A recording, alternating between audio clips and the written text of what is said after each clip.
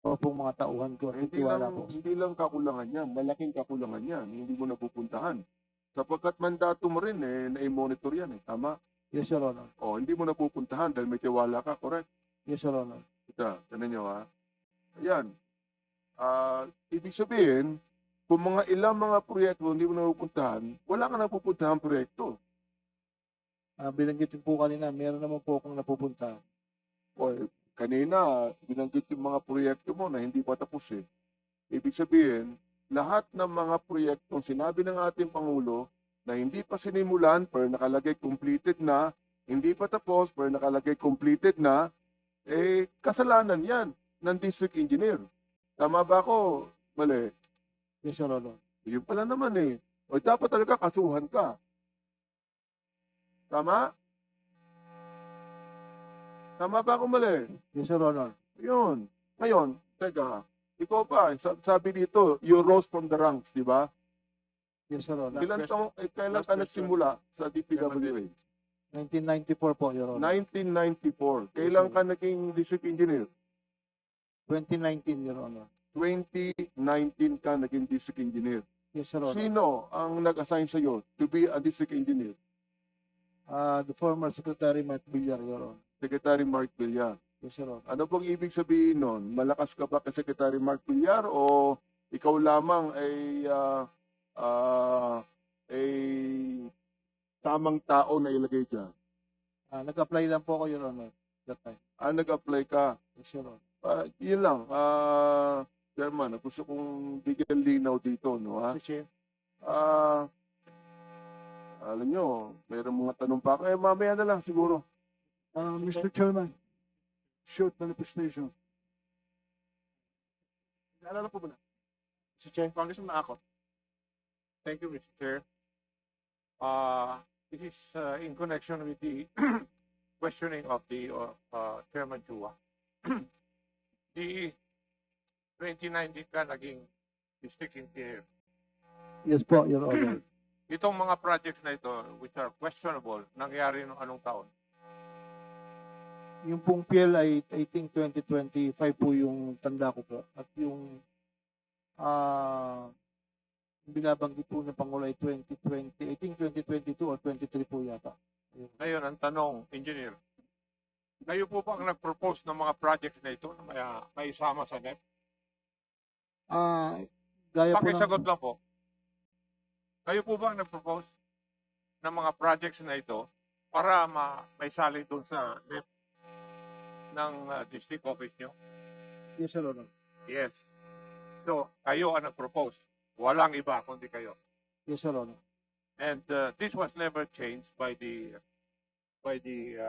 Plans and Finance Office of the Department of Public Works and Highways. Yes, Your Honor. Okay. So, walang politiko na involved dito. Kayo po ang nag-propose na ito. Yes, Your Honor. Okay. That's very clear. Now, kayo po ang boss ng DEO, right? Pardon, Your Honor. Kayo po ang pinakamataas sa Yes, district Your office. Honor. Okay. Opo. And therefore, you're responsible sa lahat po na hindi mangyayari o mangyayari na masama. Kayo po, di ba? Kasi kayo ang boss Yes, Your Honor. And therefore, kayo po ang may responsibilidad lahat ng katarantaduhan na nangyari doon. Yes, Your Honor. Okay. Thank you, Mr. Chair. Very clear. Mr. Chair. Congressman Siwan. Then Congressman Dimag. Mr. Chair. Mr. Chair, may I just Suman. be... Dimagila. Congressman Ko. Then we will go to the next interpellator. Okay? Which is, who's here? Congressman Tino for the minority. Okay, mamaya. We're just stating the order. Mr. Chair, may I just be clarified? Engineer Alcantara, you were promoted as district engineer in 2019. Yes, Your Honor. Who appointed you? Secretary Mark Villar. Yes, Your Honor. So it was the Former secretary, and that was from the previous administration, the former president.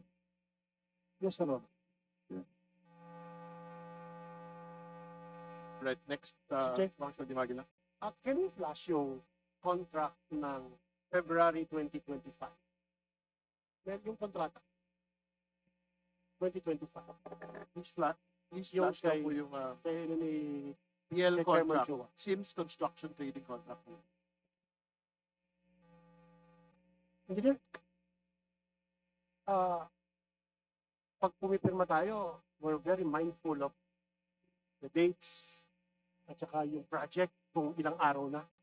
There's this contract yung goes na 55 million. In less than a month from February, then the next month, March, nakakubra ng more than 45 million in less than a month. Is that possible? Depende po, Your Honor. Flood control. Ito'y ghost, ito yung ghost, sabi ni Presidente. Yes, Your Honor. Then the next month, ayan, ito. February 24, 2025. Contract agreement. Hindi naman agad sa February 24 nag-start yan, syempre, di ba? Meron pang award yan, etc. Then the next slide, yung resibo. Yung resibo. March 19. Aba, wala pa talagang isang buwan. March 19, nakabayad ng 43 million. Yung una. First, yung partial payment. Less than a month. Ito ha. I mean, napaka-hirap intindihin. Kasi nga, ghost eh. Ito ang problema eh. Ghost to eh. Now, posible ba yan, engineer? I think, depende po, Your Honor, kung kasi sa flood control po, yung sheet pile, they can do it within 3 weeks. Or a month. Engineer, tingin ko nga, kinabukasan, pwedeng mag 95% completion. Mali ka doon. Kinabukasan, pwede. Ghost kasi. Diba? Now, engineer, sabi mo, nag-rely ka masyado sa mga staff mo, yung iyong project engineer, yung iyong mga nagpapayat, no? Kasama mo ba sila sa opisina? Yes, Your Honor. Kasama mo sila sa opisina? Araw-araw, pag may pasok, syempre, kasama mo Yes, Your Honor. tapos sabi mo kanina, hindi mo personal na napupuntahan, pero weekly, may pa-meeting ka. Yes, Your Honor. Sabi mo, nag-rely ka sa kanila at nagpipresent sila ng pictures. Yes, Your Honor. Anong picture yung ipinresent sa'yo? Ghost project nga ito. Yung po ang, actually, nung sinita ko po yung implementing section, nung nalaman ko po may ganyan, sinita ko po bakit nangyari yung mga ganyang bagay. For the information of the Honorable Your Honor, I'm the one who report Secretary Bonoan on August 7 at 5 p.m. upon investigating these matters, Your Honor. Pumutok na kasi. Your Honor, hindi pa po nagpupunta sa Presidente na ako po yung nag-report. Well, pero pumutok na. Nagsona na eh. Pumutok na. And of course, alam niyo na mangyayari. Now, engineer, sa tingin mo, no, you rose from the rank, bakit ikaw ang huling pipirma? Ano yung ibig sabihin ng ikaw ang huling pipirma? Ano ibig sabihin? Ako po yung pinakamataas. Yes, I mean, bukod ba sa pinakamataas, hindi ba may kasama itong mas mataas na obligasyon? I think, Your Honor. Diba? Tapos, engineer, pag tayo nagbabayad, sabi mo, bank to bank na ito, di ba? Pero may resibo eh. So obviously, upon the issuance ng receipt, may corresponding check eh. No, wala po. Wala. LDAP po, Your Honor. LDAP. Okay. Opo, Your Honor. Sino yung staff sa office mo na sumasama sa kontrakto? Masama po sa contract. Pagkukubra sa land ba? Hindi po, bank to bank po yan, Your Honor. Okay, Transferred let's say, directly sasabihin to ng the bank. kontraktor, nag-withdraw na ako. Sino yung staff ng opisina mo ang pumupunta sa kontrakto? Wala po. Diretso po ang withdraw po. Bahala na po sila doon. From DBP to contractor po, accounting po ang nagsasabit sa bangko ng listahan po ng i-release. Engineer, yung mga staff mo na pinagkatiwalaan mo, pumirma at sinabing na inspeksyon na niya. At iyon ang pinaniwalaan mo, tama? Yes, Your Honor. Pinirmahan niya na na-inspeksyon niya, pero hindi. Tama? Tama po. Hindi, tama. Pwede ba nating i-assume na kaya siya pumirma na na-inspeksyon niya, Eh dahil kasabot siya noong kontraktor. Posible po, Your Honor. Talagang gano'n. Yes, Your Honor. Yung magbabayad, yan ay siyempre, kasama yan. Kasama yan. Ngayon, sa opisina, hindi mo naramdaman na nagpapartihan sila? Gumanda ang buhay nila? Wala po akong ganong pananaw sa kapwa ko, Your Honor. Wala kang ganong pananaw. Actually po, hindi ko po, actually, pinakita naman yung private Hindi mo pinag-isipan yung mga staff mo na parang ang bilis nating magtrabaho. Ang bilis nating magtrabaho. Diba? Tapos yung, punta naman, yun yung ghost, puntahan ko yung substandard. I mean, naisip ko si Presidente, hawak yung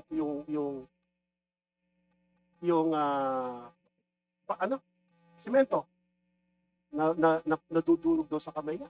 Tingin ko, kung nandoon kayo, baka ipato sa inyo yun eh. Diba? I mean,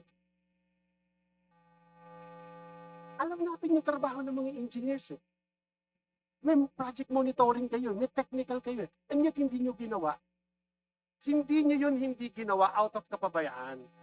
Ginawa nyo yun kasi intentional dahil meron kayong ibang intention. And pag yung ibang sinapi na natin, yung mga staff ng sinapi na natin, definitely, magsasalita sila. At tingin ko, kinakailangan i-clarify na natin to. Yes, Your Honor. I agree with you, Your Honor. That is all, Mr. Chairman. Thank you, Congressman De Maguila, Congressman Ko, and then we'll proceed to the interpellation of Congressman. Kasi, Congressman Ko muna. Pero short lang, Congressman Santos. Sige po. Please proceed. Thank you, Mr. Chair. I would like to raise a question to our district engineer. What will be the basis of your collection in the projects in your respective district? Connection, Your Honor. Collection. Collection. Collection po, Your Honor. The basis of my collection is the signature of my accountant. No. But I mean that the collection will be based on a percentage accomplishment of work. Yes, Your Honor. Am I Yes, correct Your to say that? Yes, Your Honor. So, how could you collect a ghost project?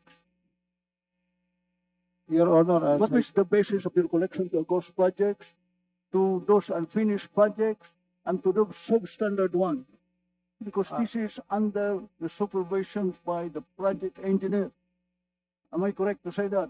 yes, Your Honor. That it will be attached to a progressive billing Yes, Your Honor. statement of working assessment. Yes, Am I Your Honor. correct? Yes, Your Honor. So, are you amenable that you are part of this project anomalous? I'm not, Your Honor. Amenable? I'm not. Di po ako involved dyan, Your Honor. You are not involved. So, how come that there is what we call a ghost project or substandard one? Well, in fact, we have a quality assurance unit that there will be a daily inspections at the time they have constructed after it was implemented. How come? Yes, Your Honor. I do believe that there is a engineer in charge of the quality. That is the materials and quality section, Your Honor. Yes, I know for the fact, but that is under your command responsibility. Yes, Your Honor. Are you agree to that? Yes, Your Honor. So, I would like to raise these questions. Who are in charge of project contract management application? Who are in charge of this? Because this is the counterpart of quality assurance unit. The functions and duties is to monitor projects, transparency, and geotagging. Am I correct to say that? Yes, Your Honor. So there's no possibility that there will be a project of ghost, project of substandard, and unfinished project. Your Honor, the PCMA was... So I move, Mr. Chair, that those identified respective engineering district who is in cahoots with a contractor should be suspended immediately. This is what we call a preventive suspension to prevent them from further doing wrong.